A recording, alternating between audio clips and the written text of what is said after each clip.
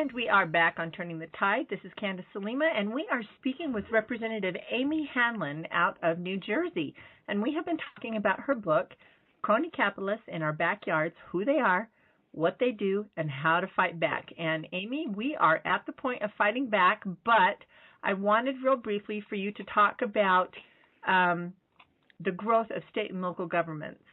Well, it's been explosive, and without going into all the detail, it's something that has happened under people's noses, but without their really being aware of it.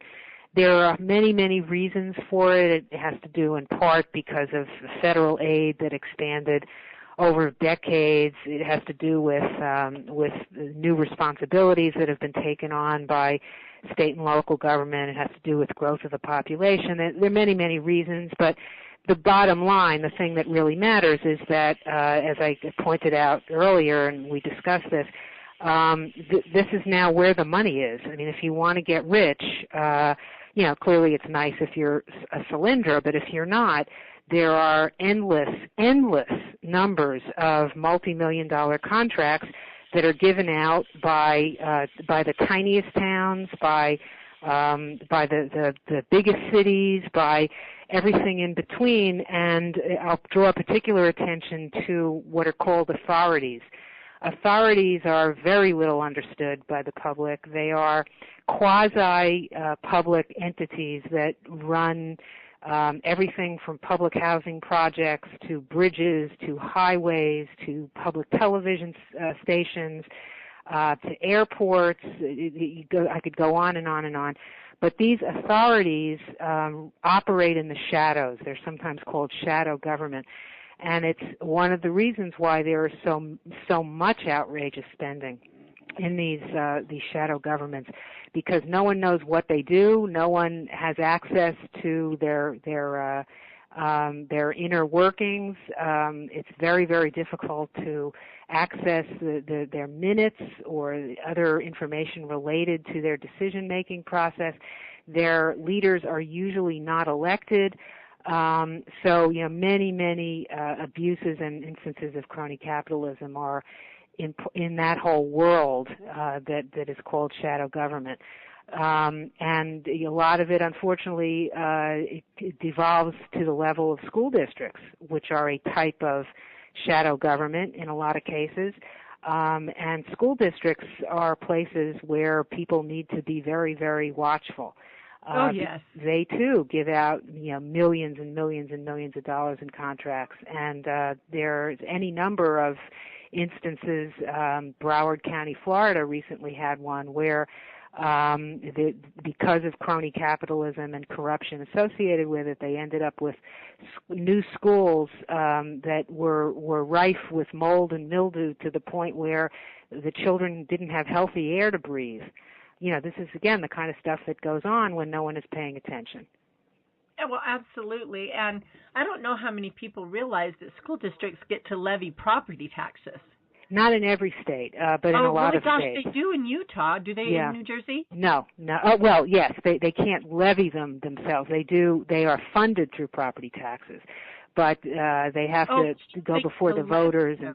They have to go before the voters and so forth. In other states, schools are funded in different ways, so it can be a little different. I don't know if all your listeners are in Utah, but they're not. They're nationwide. It's just Utah is such a perfect example. Okay, yeah. I mean, again, in my state, the members of the school board come up with a number as to what needs to be raised by property taxes, but most of the time, voters have an opportunity to say yay or nay. And if they turn it down, it goes to another level of local government. But that's not necessarily the case that everywhere, so I don't want people to be confused if, in fact, they think, well, this is the way it should operate. And that's not necessarily true. But anyway, regardless of the specific procedures that are used, the bottom line is that we're talking here, multi-million-dollar operations that frequently do not have enough voter scrutiny. People just don't pay enough attention to them. They don't realize that number one, these are engines of spending, and number two, that they have it within their power to make some of this stuff stop.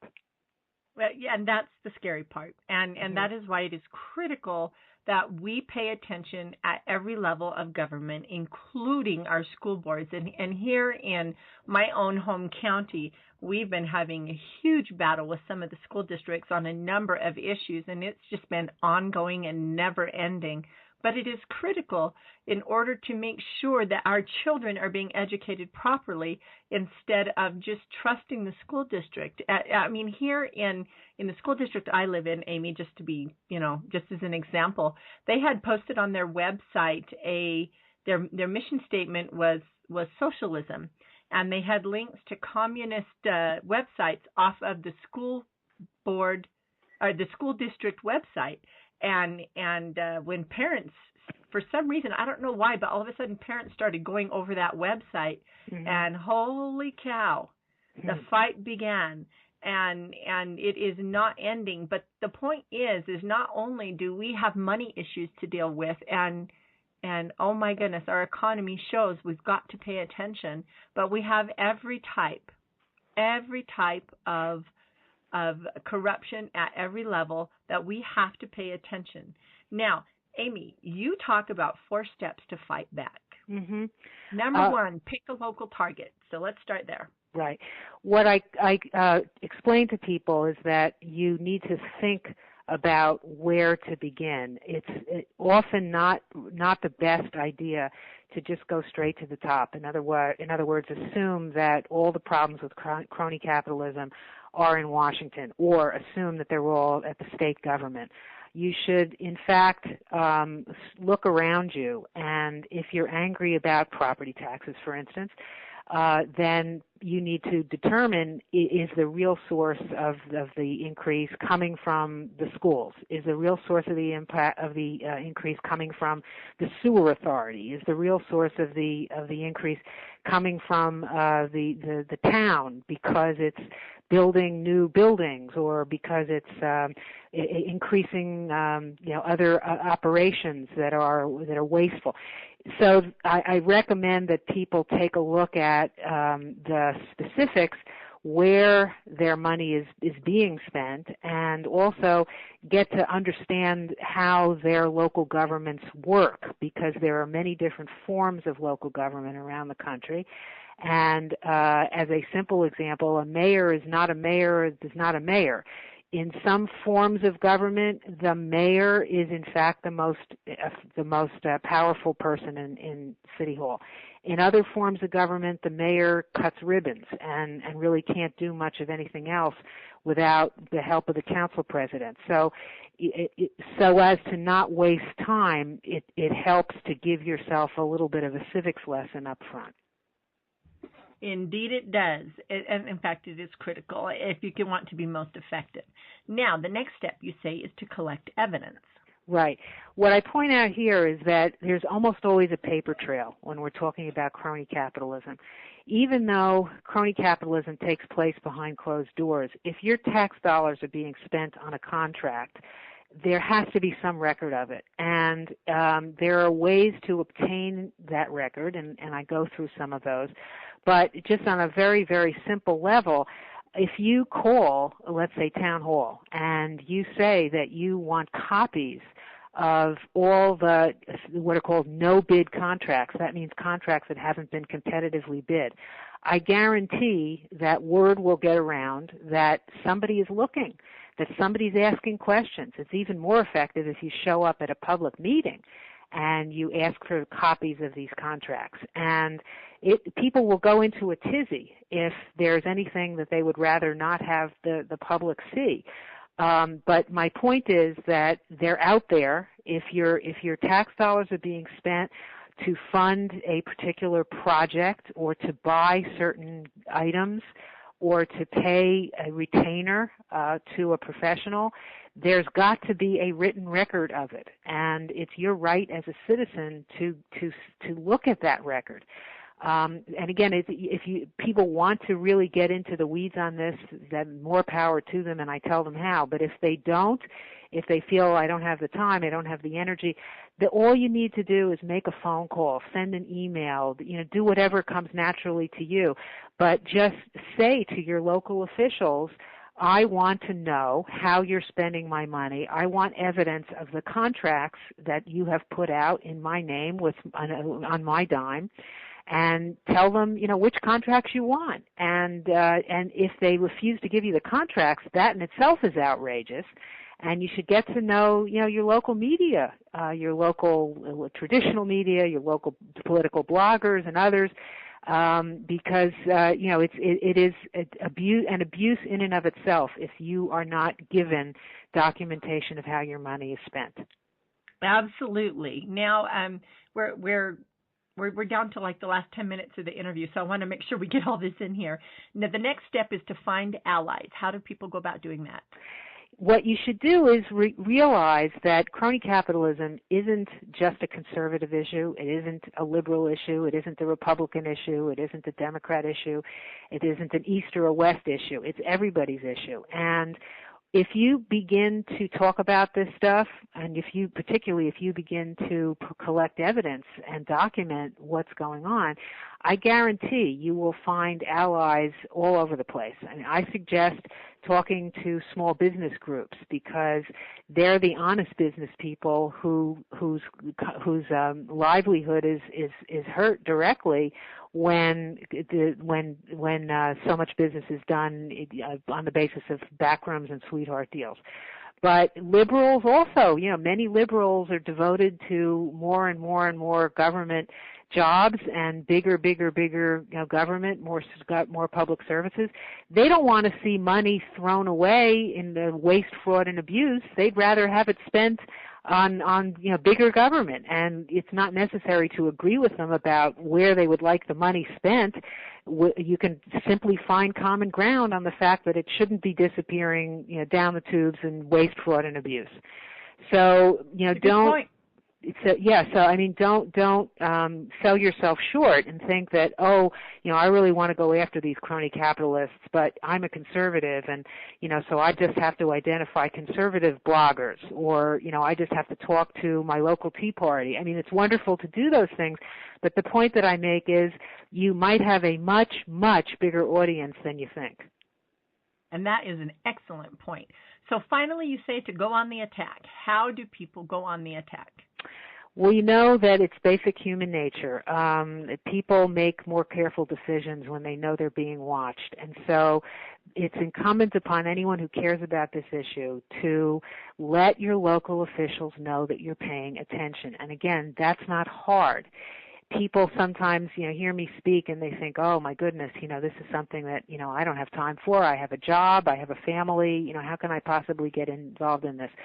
Again, it is not difficult. Anybody can shoot off a quick email saying something along the lines of, I expect that you will buy quality goods at a fair price for me and my neighbors. And if you don't, if I have any reason to believe that you don't, I will vote against you, and I'll make sure that everyone I know votes against you, period. All of a sudden, local officials who might have done some questionable things will realize that that they're being watched, and that if they continue to make poor decisions, if they continue to act unethically, they're going to pay a price for it. They will just, and the opposite is also true. They will have no reason not to continue doing those ethical things and making those questionable judgments if they think that no one cares. So it's the citizens' job to make sure they know that people do care, and that people realize that they do have one entitlement in this country, and that is they are entitled to honesty in government, to a fair shake from everybody on every level, Republican, Democrat, and all those in between. Oh, absolutely, and it is why we did this show today. It was to help people to understand that, and this is something my father taught me very early on, and it was simply that it is a great privilege to be an American citizen, but with that privilege comes an immense amount of responsibility, and this is the key. This is what we're talking about. We need you to be aware of what is going on around you and to become active and to put a stop to it. Because if you can clean the nursery, then eventually who we start sending to Congress is going to make a difference. And we're at a point in America where we have to make a difference now, and this is how. So, Amy, any last message for the citizens of America? Just, I think you put it very eloquently, Candace. Just remember what this country is all about and how privileged we are to live here, and make use of all your freedoms and opportunities as an American. Absolutely. Amy, thank you so much for joining me on Turning the Tide today. This was a good show. It was a powerful interview, and it is going to go up on live stream where my channel is, but it also goes out on Facebook, on Twitter, and on my blog, on my website, and on YouTube. It hits every venue.